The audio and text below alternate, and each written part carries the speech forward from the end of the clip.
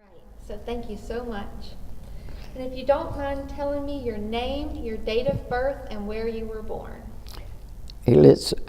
I'm Elizabeth Riley Bryan, and I was born in New Hebron, Mississippi on August the 4th, 1934. What did your parents do for a living? My father was a cotton buyer, and my mother worked at being a wife and mother. How was religion a part of your home? My father was a Sunday school superintendent. I went to church at Old Hebron Baptist Church, where I still attend. My mother played the piano, and she also was a Sunday school teacher. So, Can you tell me about the house that you grew up in? yes, it was a wood house, of course, 3 bedrooms. We had fireplaces. There was no central heat. We had no air conditioning. There was a pump, but we had a well, but we had a pump to run it, but we had no hot water. So in order to take a bath, you had to heat water on a wood stove to have hot water. Was there ever a time when money was tight? I'm sure there was, but as a child, I never felt poor. I never was hungry. I never did without. I'm sure my parents would have said that there was lacking there, but no, I never felt that I was poor. What were some of the things that you and your family did together growing up? Well, Christmas was, of course, a big time, and we always went together to get the Christmas tree. 2 weeks before Christmas, we went out in the woods and cut them. On Sundays, we did not have church Sunday night, so my mother always cooked a big meal. But Sunday afternoons, we went by my grandfather's store and got sardines and crackers, and we went on a picnic every Sunday afternoon. Of course, there were baseball games. My father pitched, and we rode the nice, dusty, dirty roads in a caravan to the baseball fields and watched baseball, which I'm sure you grew up also. What were some foods that you remember from your childhood? Some foods. Well, I don't know if you count watermelon a food, but I loved watermelon. But of course, there was always cornbread and peas and corn. Just basically what we still eat today.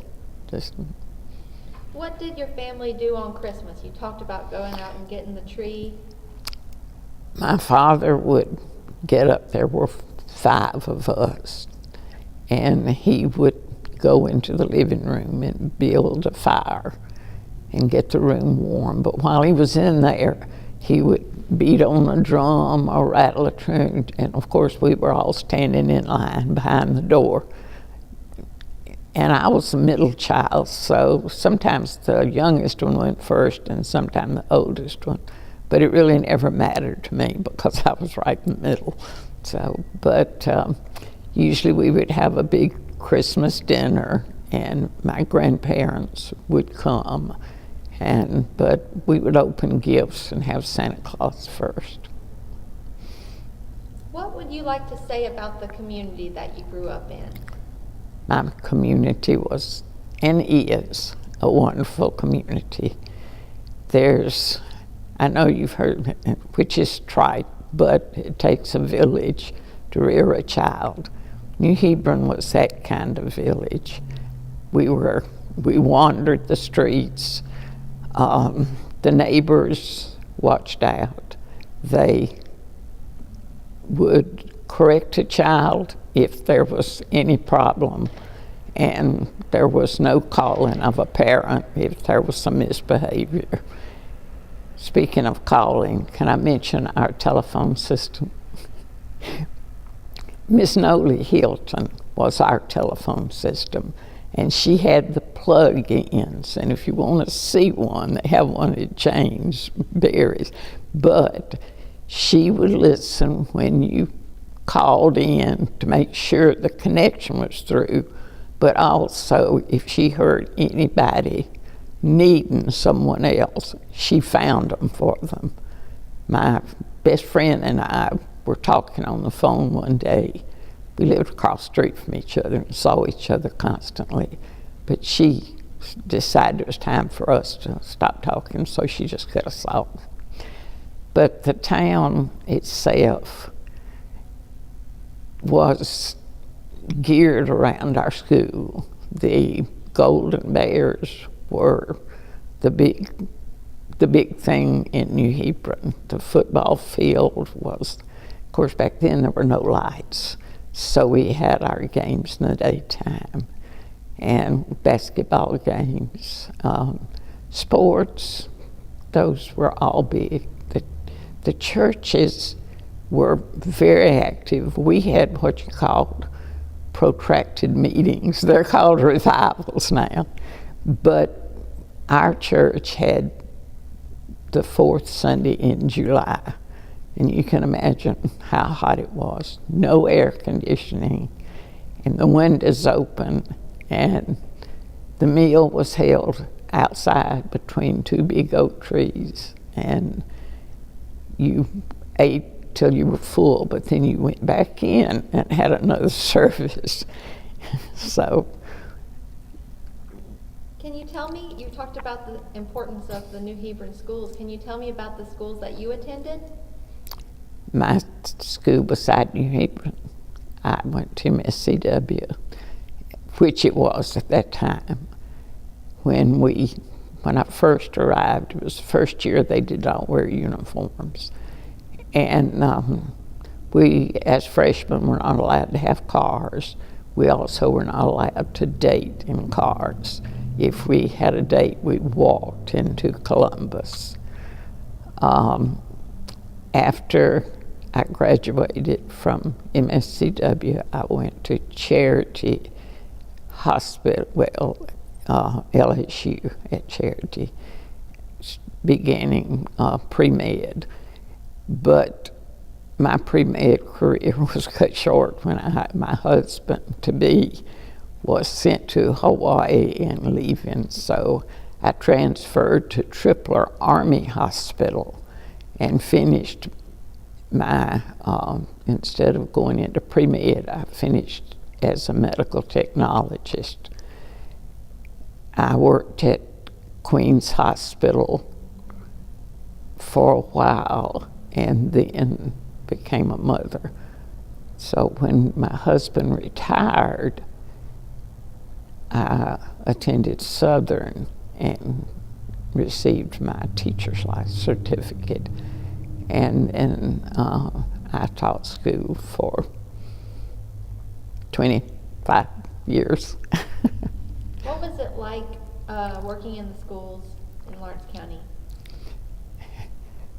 New Hebron, I can't say for the rest of the schools. New Hebron was a wonderful school. I loved my children. My first job in Lawrence County, though, was at Lawrence County Academy, and the people there, I just so highly respected. That was really my first introduction to other people from Lawrence County, because I had been situated just in New Hebron. But the people at Lawrence County Academy they were so inspired to do the best job they could for their children. And this just really impressed me, because being in the Navy for the last 25 years, we had changed schools, and I had never seen that type emphasis put on education as they put on it at that school. I still admire the people that I met there and enjoy the students that I taught there. But I left there, and I'll make one little derogatory remark. When I left Lawrence County, I went over to Prentice Christian. I would not teach at Prentice Christian, so I have to, I do not know why. There are different type people than the people at Lawrence County. But then I started teaching at New Hebron, and I taught at New Hebron until '94, when I retired from public school. What have been some of the most important places in Lawrence County, in your opinion? I think the Lawrence County Museum is probably the most important place that I know of. The history that it contains, and it's a shame that so many people do not make it a point to come and see what's here.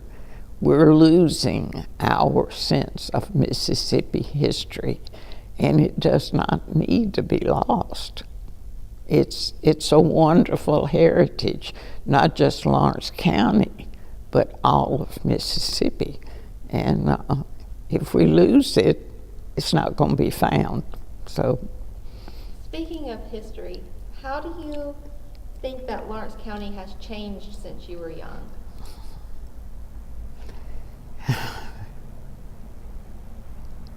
Well, it's more industrialized. Of course, there's industry has come in. I do not believe the people have changed that much. They're still home people, and the streets are paved. We don't have gravel roads. You don't see, there's no gins anymore. So the industry changed because cotton was king when I was young, and the gins ran all night. But also the paper mill wasn't here, which it is. And I guess that's the biggest change I see. Maybe higher taxes. Can you tell me about your first interaction with a television set or a personal computer? My father got a television set. My grandfather had one in the store first in the F.L. Riley building. And all the men in town would go in to watch it. But then my father got one, and he would sit and watch it. And I hated television, because when I walked in the house, it was on. When I went to bed, it was on. And when I got up, it was on. I still don't watch television. Computers, my husband was working with computers, and he worked for a computer company for a while. And I thoroughly enjoy, but what I like about the computers are mostly the writing and the copying. I love to write on computers, but now as far as using it, I'm not a Facebook watcher, and I don't use it for much other than just the writing. So I guess I could have just a typewriter again. What is your best piece of advice? To whom? To anyone, or anyone, 20 years from now watching this video. My best advice, I guess, and this is an opinion, is if you're a parent, do what the parents of Lawrence Academy did. Put your children first. Forget women's rights. Forget everything else, because it'll all come about but your children are there for such a short time. And if you don't put them first, they're going to be gone. One of the questions you had listed there was accomplishments. And I would like to say that my husband and I have 6 children, 5 of whom live in Lawrence County. And they are all additions to Lawrence County. Now, my 6th one lives in Utah, and maybe one day he'll move back. But other than that, I revel in seeing my students achieve. And when I see any of them, I feel like, just as I said earlier, that I had a little part in that. And school teaching was a wonderful, rewarding profession. And I'm sorry that it doesn't have a better name than it does.